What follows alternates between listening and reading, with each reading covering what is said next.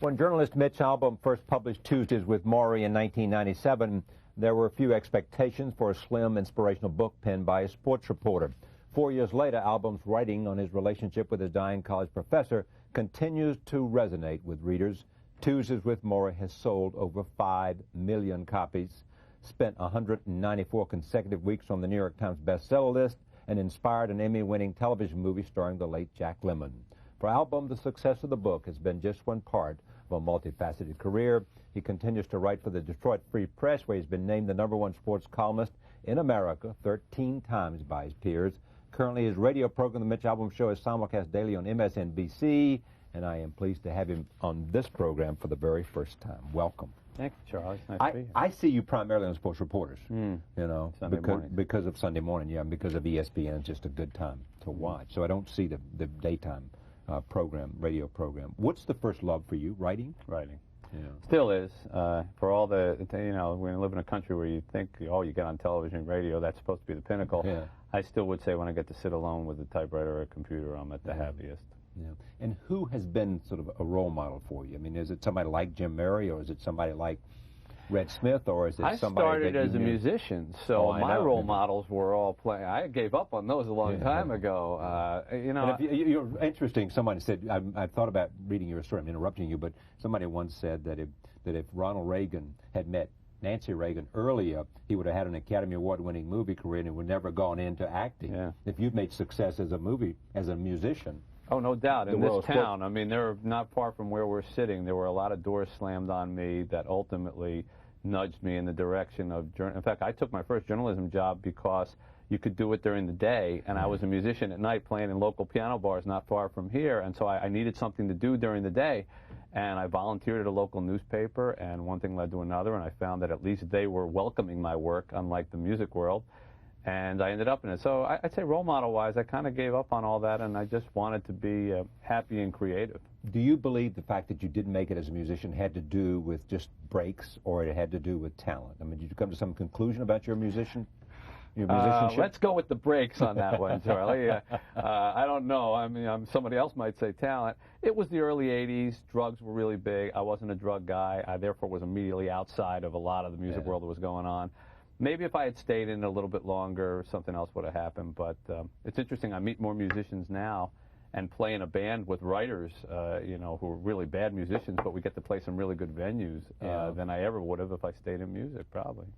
Did you go to Columbia Journalism School? I did. After sort of in between this, is that how you launched the other career? Yeah. After I finally started to move away from music, I decided, well, let me try this journalism thing. This seems to be working during the day, and they let me in there. And in fact, I paid for my tuition partly by playing at piano bars down here in New York till 2 o'clock. I'd take classes during the day, and then I'd go and hang out till 2 or 3 in the morning playing Melancholy Baby for all the drunks, and then I'd go back to class the next morning. What did you want to do with the journalism? I wanted to be a social issues writer. I wanted to be a Sunday magazine writer. That was where my goal was. And in fact, I stayed at Columbia after I got my master's degree and got an MBA, just so that I would understand how the world of business worked. That's how far from sports writing I ever intended to be. I was no more interested in sports than I don't know, you might be in oldies music or something, passing fancy. And I needed to pay my tuition while I was going to school there, and I got a job at Sport Magazine. And as you know, in the journalism game, the more you try to get out of a niche, the more they keep you in it, and one thing led to another, and my best opportunities were in sports. And after a while, I found that in sports, you are a social issues writer. Yeah. I mean, I write about murders, I write about money, I write about greed, fame, you know, tragedy, and I don't even have to bring in a bat and ball into the story. So I kind of ended up where I intended to be, I suppose. What's your favorite sport? What do you enjoy writing about most? Probably the Olympics, because I look at sports from a story perspective. Where's the best stories? And you got an Olympics, you have people who've waited their whole lives to get there, and everything is hanging, the whole world is competing, so naturally it's probably going to give you your best backdrop for good stories. Mitch Albom is watching television, and he's watching Nightline, and you see what? I see my old professor, Morrie, who I had not seen in 16 years, all of a sudden talking on the screen, a withered, skinny, white-haired looking version, and what's he talking about? And I listen, and I find out he's dying from Lou Gehrig's disease, and that's why he's on Nightline. And when you left Brandeis, because he had an influence on you, you could never have imagined that there would be a moment in which you would know at that time, because of the friendship, the sense that you told him. You know. That I would see him. Well, I promised that I would see him. He took me around. I mean, we were very close at Brandeis. We weren't just marginally close. Yeah. I mean, he was really a mentor to me. I took every class that he offered. I ended up doing my honors thesis with him just because I wanted to have another class with him. Yeah. And at my day of graduation, he said, "Promise me you'll stay in touch." And I said, "Well, of course I'm going to stay in touch." He said, "Promise, tell me promise me you'll stay in touch." Okay, I promise. And then I left, and I proceeded to break that promise every day, week, month, and year for 16 years. Until you're watching Nightline. Until I happened to catch that thing on Nightline. And what did you do then? I panicked momentarily, and then I said, geez, you know, what? Shame, embarrassment. Shame, embarrassment, horror, sadness that he was dying. That was the most important thing. Right. I called him up on what was supposed to be a one-time phone call. The one-time phone call led to a request to come see him, so I said, well, I'll see him once. I went to go see him once. That wasn't supposed to turn into anything else. And by the time I was done seeing him, the first meeting, I kind of slipped back to who I had been 16 years ago. I think that happens, Charlie, with a lot of if you ever had a teacher that really affected you, when you're back in their presence, you almost like slide back into the desk again, no matter how successful. I'm sure if you run into your second grade teacher or whatever, you're not Charlie Rose anymore sitting at this table. You're like little Charlie at the desk. Exactly, that's right. Yeah. And I was a better person when I was with him, and I listened more. I was a little more open to hearing things. And so when I sat with him and I'm watching him afflicted with ALS, unable to pick up a piece of tomato and put it in his mouth, and never once complaining about his situation or just asking me questions about the world and life, I realized he was 10 times happier than I was, and he was about to die. And that's what led for me to come back again and again to sort of try to get the answer to the question, you know, what did he know about life that I clearly didn't, even though he was about to leave it. Did you find out? Yeah, I think I found out. I don't know that I've absorbed it all. I think I know it, like the way you know, you're always supposed to do unto others and as they do unto you, but you don't always follow it. Yeah. But I learned it. Oh yeah, I learned it as I watched him. It was some final class. Yeah. He said, "Learning to die will teach you to live, and learning to live will teach you to die." Simple philosophy, but if you carry it through, what it really means is if you wake up tomorrow morning and say, I have every possibility that this is the last day I have here on earth, how do I want to spend it? And you really believe that it could be your last day, you would probably approach it a lot differently than you are if you're assuming that you have 40 more years left to go. And I think that's part of what he meant by, you know, if you accept the fact that you're really going to die.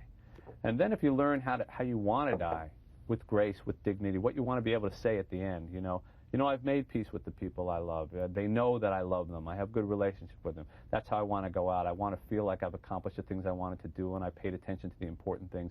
If that's how you want to end, then you better be doing it during your middle and approaching the end. I just want to leave this audience with this. This is a clip from Nightline where Ted Koppel's interview with Morrie, which Mitch was watching, and it inspired him to reconnect the story he's already told. Here it is.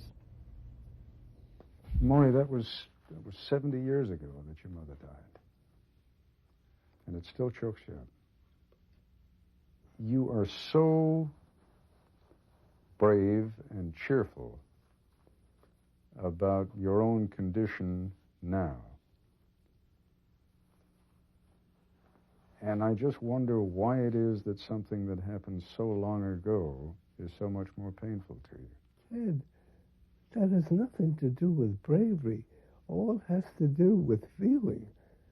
I don't feel any less powerful just because I've cried about my mother's death. As a matter of fact, tears, for me, strengthen me. They don't weaken me. When I cry about a lot of things all at once. And it includes my own demise. And sometimes, believe it or not, I cry for the pain of the world. Not often enough, I'm afraid. But there's a hell of a lot of pain in this world. Wow. I started to cry just looking at him again. He had a good message.